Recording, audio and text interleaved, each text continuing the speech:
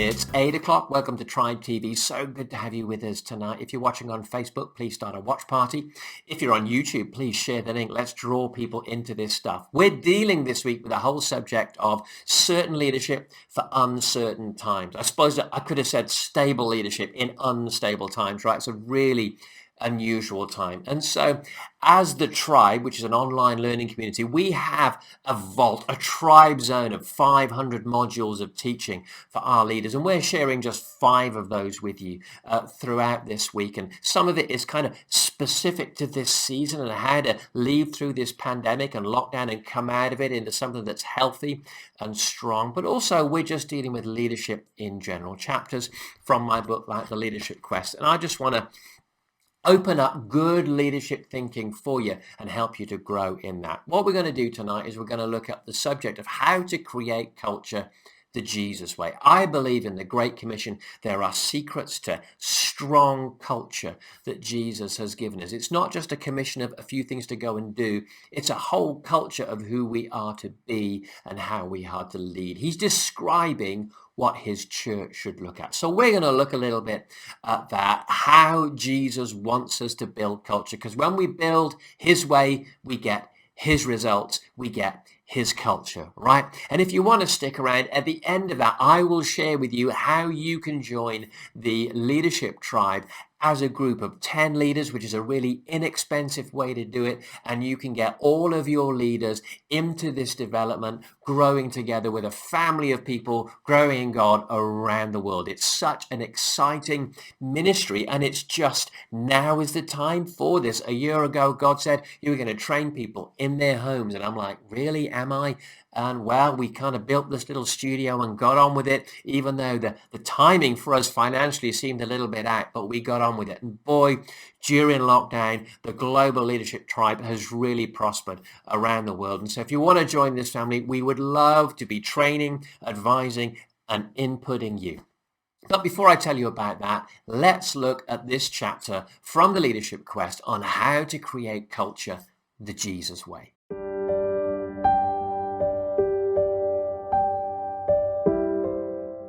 Welcome to the next chapter of the Leadership Quest. This one is called Creating Culture the Jesus Way. And this has been something of a revelation in my life and a revolution in my leadership over the last few years. 1 Corinthians 3:10, the Apostle Paul says, by the grace God has given me, I laid a foundation as a wise builder and someone else is building on it. Paul called himself a wise builder. As we build church, we need to think of ourselves. Obviously, Jesus builds his church, but we are building with him. And we need to think of the architecture of how we build, okay? And the thing that's powerfully impacted me has been the reality of the Great Commission in my church leadership. I used to think the Great Commission was just about evangelism. But really, the words at the end of Matthew and the end of Mark, and Jesus is saying, go into all the world, make disciples of all nations and baptize them in the name of the Father, the Son, and the Holy Spirit. He is saying what we need to do as a mission, but it's more than that. I believe within it are cultural realities that we need to weave into the very fabric of our churches. And I find if churches miss the great cultural commission in the architect of their building church, they begin to die and we begin to miss it. So let me share with you 3 powerful things that I think are in the Great Commission that we need to incorporate into our thinking as we build church. And here's the first one. Jesus said, go and baptize, which we know today means go and immerse. There was a technical reason why they didn't translate the word as immerse, and they kind of just turned baptizo into baptism, but what it literally means is immerse. Go and immerse people. Do you know the gospel just doesn't work if we sprinkle culturally? We must immerse people in cultural realities to bring about change. It's how the kingdom of God comes. And the word here isn't just a singular immerse, it is to immerse again and again and again and again, which means it's not just about baptism in water, which happens once. It's about baptism in everything. There are many baptisms in the Bible, but let me pull that over into thinking about leadership now. We need to immerse people into the cultures, the reality, the word, the training, the principles of everything that we want to see released in our cultures as a church. We need to be immersing people into, let's say you want to make a more generous church, okay? Let's say you need to be more generous. You know that most of your people aren't tithing. People aren't giving very generous. You've got plenty of people, but you're struggling to just pull together a basic budget. You know there is a basic generosity problem in your church. You will not develop generosity by preaching on it for 2 weeks. That's not immersing, that's sprinkling.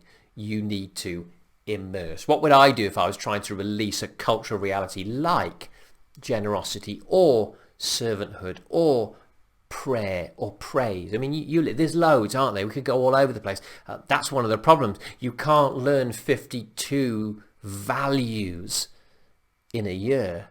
You can probably learn 2 or 3 in any 1 year. So you have to pick what's the most important cultural value we're going to grow in next, and you got to go deep. And how do I do that? Well, I'll preach on it for 2 months solid. We'll put the small groups through studies on it. We'll have a conference on it. We'll invite speakers about it. We'll do loads of stuff on social media and release videos about it. Why? We'll hit it from every angle. Why? I want to immerse the whole church in this one reality until they get it. It is like baptism. You hold people under that water. Do you ever want to hold people under longer if they're a bit naughty? I'm like, have you changed yet? I want to hold them under till the bubbles stop. Listen, whatever cultural value you need in your church, hold the church under till the bubbles stop. Until they get it. So if you want to be a prophetic house, you want to release the prophetic, you need to go deep on it for 2-3 months. Maybe there's some big cultural values that you think this is all we're really going to learn this year, but we are going to go so deep until you're able to say we are a generous church, or we are a prophetic house, or we are a praying place, or we are deeply evangelistic. You need to go deep. 5 ways to go deep for cultural change that you'll find in the book. Number 1, take your key personnel with you. Take your best leaders and influencers with you on the key important journeys. For instance, I used to go to leadership conferences on my own. I used to think of it as a bit of a rest, get away from it all and get some time to think. I still do that a little bit. But even more powerful is I began to take my key leaders with me, and we'd have a day, 2-3 days away, listening to the same inspiring speakers, being in the same inspiring environment. Even more important than that, having meals together and actually getting some time immersed in our relationships even as a little group of influencers. And what I found is we'd come back, and rather than me gunning for change and wishing everything would get better, I suddenly had a whole team of people wanting to shift in one direction. I wasn't on my own anymore. We'd been immersed as a team. And stuff just began to happen. Number 2, celebrate high levels of sacrifice. Celebrate when somebody goes deep into something and say, you know what, so-and-so gave this amazing amount, or as some people will do every now and then in a healthy church, so-and-so has given up their job to go on the mission field or to do something incredible. Make immersing in the will of God at the cost of a wage packet or an inheritance or a house or leaving on the mission field. Make it normative. Make it part of church life that people give of themselves deeply to the things of God, because you will find as people realize immersing in the things of God is powerful, more and more will do it more and more easily. Number 3, develop a cultural language. All good places have shared language. Remember the Tower of Babel, is it Genesis 11? You got this phrase, it says, if as one people, God says to himself, speaking the same language, they've begun to do this, to build that Tower of Babel, that is, then nothing they plan to do will be impossible for them. If you can get everybody on the same page in a shared language, things become incredibly powerful. It immerses you into a way of thinking. Now, we started to do this as a leadership team, and I did it by accident, then I saw the result of it. We started as a leadership team to go through books together. Hey, here's a good one. So I bought everybody a book, and then we'd meet. Sometimes it was once a week. At other times I've done it, it's been once a month. We gather and we will have read a chapter, and somebody in the team will lead us through, read some questions about and reflect on, and we'd have a whole thing, just a chapter a week or a chapter a month on a certain key book that was key to our cultural development. Number one, we were going deep into things together, had that great immersing the team result. But what you find is as we begin to talk about things, then we create this shared simple language. For instance, Jim Collins' Good for Great. I will take you through that book sometime soon, a fantastic book. And he uses phrase like the right people on the bus. In other words, do you have the right people in your team to go where you want to go? Now, we developed a shared language using several of the phrases out of Jim Collins' book, Good to Great, and things like right people on the bus, brutal truth without losing hope, the flywheel, things like that. Now, I can have a whole conversation with one of my leaders and use one phrase like that. They might come up to me and say, I'm really struggling with this department. And I'll just turn around and go, right people on the bus? And I'll go, no, I don't think so. And what we've done is we've gone on a whole journey, and they've actually, through one short phrase, we've explained the whole thing. We know what we're talking about, and we're heading towards a solution without having to go through masses of detail. Why? We've learned a shared language. We spent enough time together to know what each other means, and it's powerful as you begin to share language together and have phrases that are just really relevant to your house. Powerful things can happen. Brings me to the next point. Number 4, the power of repetition is another way to immerse. When God is setting up Joshua to lead, 3 times he says to Joshua, be bold, be strong, in Joshua chapter 1. And then the 4th time at the end of the chapter, the people say to Joshua, be bold, be strong. That's the power of repetition. God said it 3 times, then the people started to say it. When you get that echo chamber of a shared language, because of repetition together, you begin to develop powerful culture. We're all saying the same things, working together, and it's not in a controlled way. You just find it's naturally coming out. I remember one leader talking about the fact that he taught about something. He was immersing his congregation for a year in a certain truth. Then one day he's walking down a corridor and he can hear one of his departments having a meeting in the room. And as he walks past, he stops and he kind of listens in without anybody knowing that he's there. And he hears all the people in that particular department just repeating naturally as if it's their own thinking, how they were approaching the vision and the cultural things they were trying to develop. And he could hear his language, which he got from God, being echoed in the department. And he knew, I've done it. We've immersed it. They're getting it. I've got it. We've got it from heaven. And we're creating this shared language. We're all on the train tracks of moving in the same direction. Shared language, which comes from repetition, baptizing again and again in a certain concept that you need to see released. It might just be, well, we're a generous church. One day you're walking down a corridor and you can hear a mid-level leader in your organization talking to a few others that say, well, remember though, we're a generous church. And you go, they've got it. It's not just me on my own saying it. Immersion has led to them saying it. The repeated language means we're all immersed in this one thing we're trying to do. And you'll end up with a powerful culture. And number 5, so then promote the immersed. Don't just promote skills. Don't just promote ability, promote those that are immersed in the cultures of where you are going. Keep raising up those who model what, if you're a prophetic house, promote those immersed in the prophetic. Generous house, promote, and not necessarily organizationally, but even model, raise them up and celebrate them. Show that generosity is to be highly valued and to be respected in that house. Demote what you don't want. Demote the rebellious. Demote the stingy. Demote the spiritually dry and those that aren't walking with God. Promote those that are immersing themselves in the right things, and you'll find culture just keeps on growing and growing.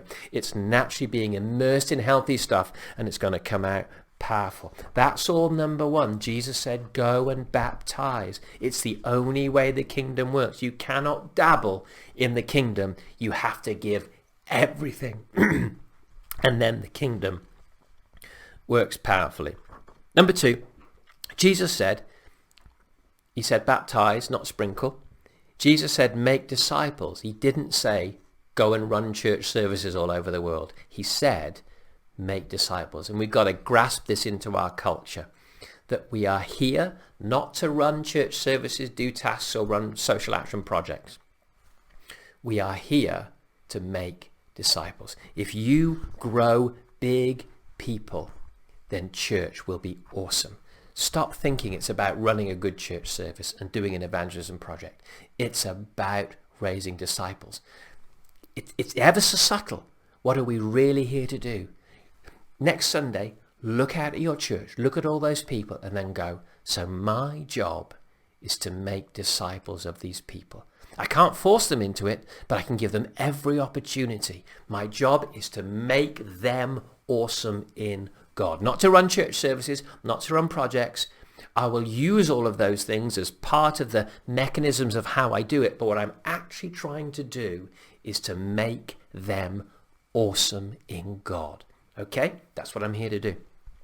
Until churches become training centers, I write in the book, we find that people are often serving in church for all the wrong reasons. They can be serving because some people get approval from the things they do. Some people get approval from the praise of others. Some people feel good about themselves because they're on a certain road or have control over a certain thing. All these things are wrong. We should take joy in the fact that we're an apprentice of Christ and I'm growing in the things of God. But when you're not an apprentice of Christ and growing in the things of God, what you'll often find is you give someone a badge or an area of influence and they'll grasp it like Gollum grasped the ring. You know what I mean? My precious. And they become territorial over the things they do rather than being a disciple of Christ. Most of your wars come from the fact that people aren't disciples of Christ. They are just doers. They can be hard workers, but will take way too much approval from the things that they do, and they become controlling over the things that they do. We had one department, this is one of the things that taught me this, we had one department that turned around to me and said, if you touch this area in the church, we will leave the church. Oh, that's when I knew, okay, that's gone really, really wrong. As the leader, I'm not allowed to touch that, otherwise you'll leave. Boy, that was somebody going, I've plateaued in life, I don't want to grow, I'm not a disciple, I do my thing, and that's what's giving me joy in life.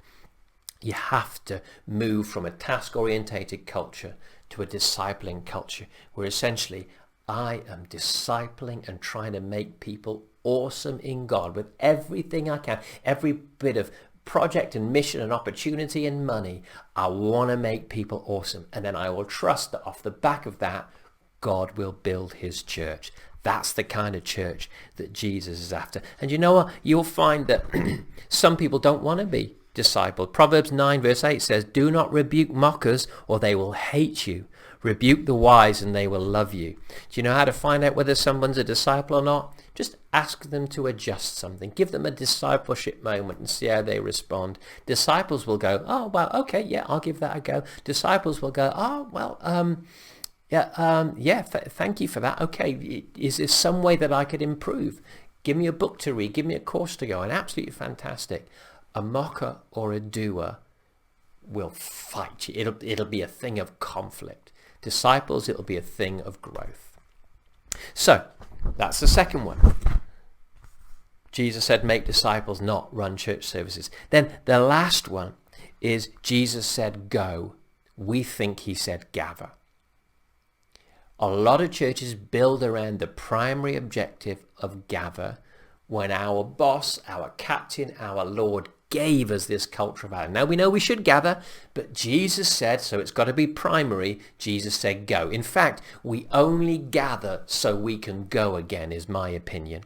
I've found the more I try to empty the church, the fuller it gets.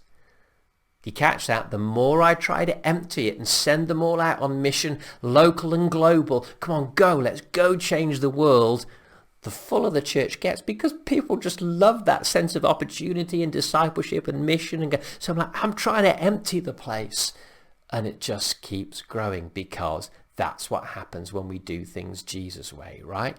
As we send people out, God builds his church. Someone once wrote this, Antoine de Saint-Exupéry. I'm going to say it completely wrong. That's a weird name. But anyway, listen to this saying. You'll recognize this one, I'm sure. If you want to build a ship, Don't drum up the men to gather wood, divide the work and give orders. Instead, teach them to yearn for the vast and endless sea. We've got to teach our people to yearn for the vast and endless harvest.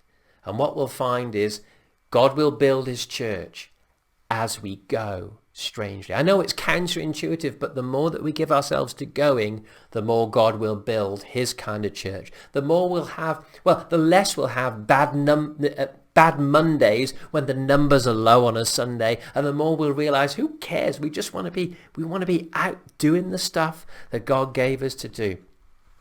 We naturally, in our flesh, I think, we love to settle. Dust settles, and we're made of dust. We're very good at settling. Let's just stay here. Let's grow. Something in our flesh likes to accumulate. That's why pastors are asked, how many people have you got? I'm like, I don't care about that. How many people have you sent is all that matters, right? So we ask all the wrong questions.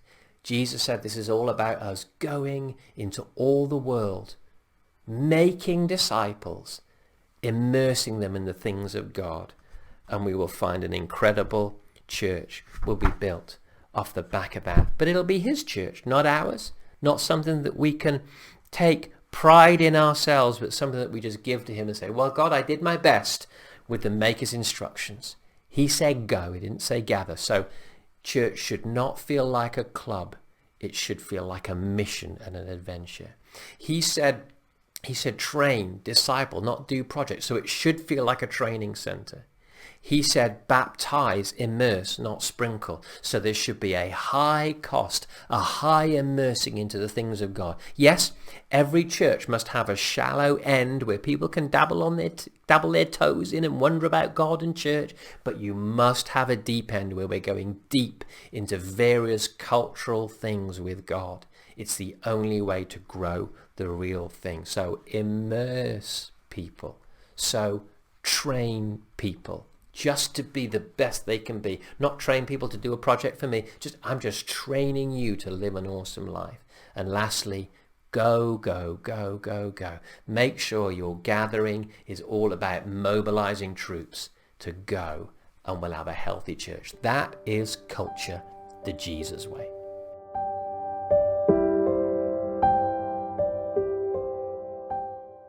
Well, I hope you enjoyed that and got something from it. I was talking from my book, The Leadership Quest, which you would actually get if you joined tier 2 or 3 of the Leadership Tribe. And that's what we're talking about all this week, how a team of 10 can join the Global Leadership Tribe, which is the leadership side of our online learning community. And when you join together, it works out incredibly inexpensive, just £25 per leader for a year's investment, 500 modules of teaching, all sorts around theology, prophetic life, the supernatural, revival, growing in God, personally and growing as a leader, how to build church, how to build teams. It's all in there and so much more. And it's growing. That library is growing month on month. And we've got some exciting new stuff coming up too. As well as that, you get private social media groups where you can interact with other members of the tribe around the world, but also with Vicky and myself. There's questions and answers. I love to answer and to wrestle with the stuff that you're wrestling with and see if I can give you some perspective on it. So if joining the tribe as a team, and let's be honest, there's never been a better time for a team to be online, learning together how to grow in the things of God, both leadership and the supernatural, and how to drive your church forward into growth together. So if that interests you, stick around. Let me tell you about the tribe. And if you want to come join our family, we'd love to be learning and growing together with you.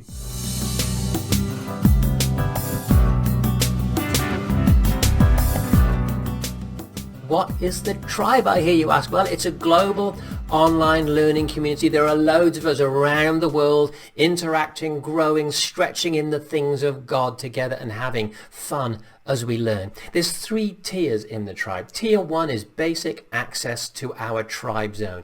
It is an online learning zone. We use the same software as Harvard University, so it's great, it's powerful, it's intuitive, and it works really well on everything from a tablet to a phone to a laptop.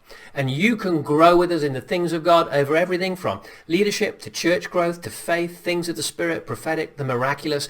It's all there. 500 modules of audio, video e-courses and stuff like that. As well as that, you get a private Facebook group where you can interact with Vicky and I, and we can be growing in the things of God together. Tier 2 is all of that, but it's for leaders. It's our global leadership tribe. And so it has a lot more leadership content as well. You get 4 books the moment that you join sent to you, and then you will get every book I write in the period of your membership sent to you free of charge. We want to invest in leaders, and so it's much more interactive at Tier 2. Tier 3 is where 10 leaders in one team can join together so you can learn and grow. It is a brilliant resource to give to all of your team. You don't always want to lose them as they head off to Bible school. You want to train them right where they are in a training community, and that's what this is. So if Tier 3 interests you, have a little look at that.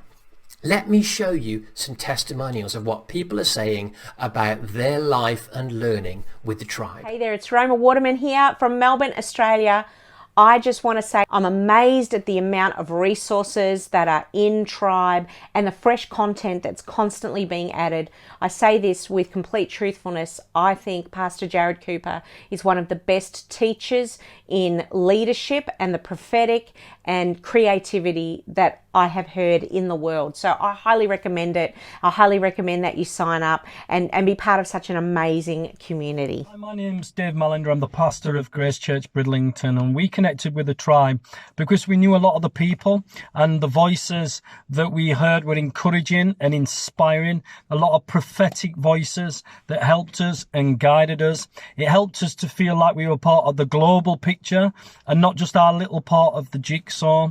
But above all things, we learned 2 specific things: practical and spiritual. And the practical things, that we have taken principles from the tribe and applied them to our church, which means we manage it better, we present it better, we make it look better and sound better. And the practical principles have been brilliant, but there is also the spiritual principles of apostolic anointing. And as we've listened and applied spiritual principles into our church, we've actually seen the church start to grow. And we believe that we're about to hit the second wave of growth from connecting to the tribe. So we want to say God bless you. Thanks for doing what you're doing, and encourage you to get involved if you can with the tribe. Hi, I love the tribe because it's a place of the prophetic. It's a place of fun, and with a healthy dose of the practical included as well. There's a whole wealth of resources on there that will keep you going for years, and on such a range of subjects that you could do Bible school in your pajamas if you wanted to. And where else could you get an international apostle like Jarrod answering your questions? It's just brilliant.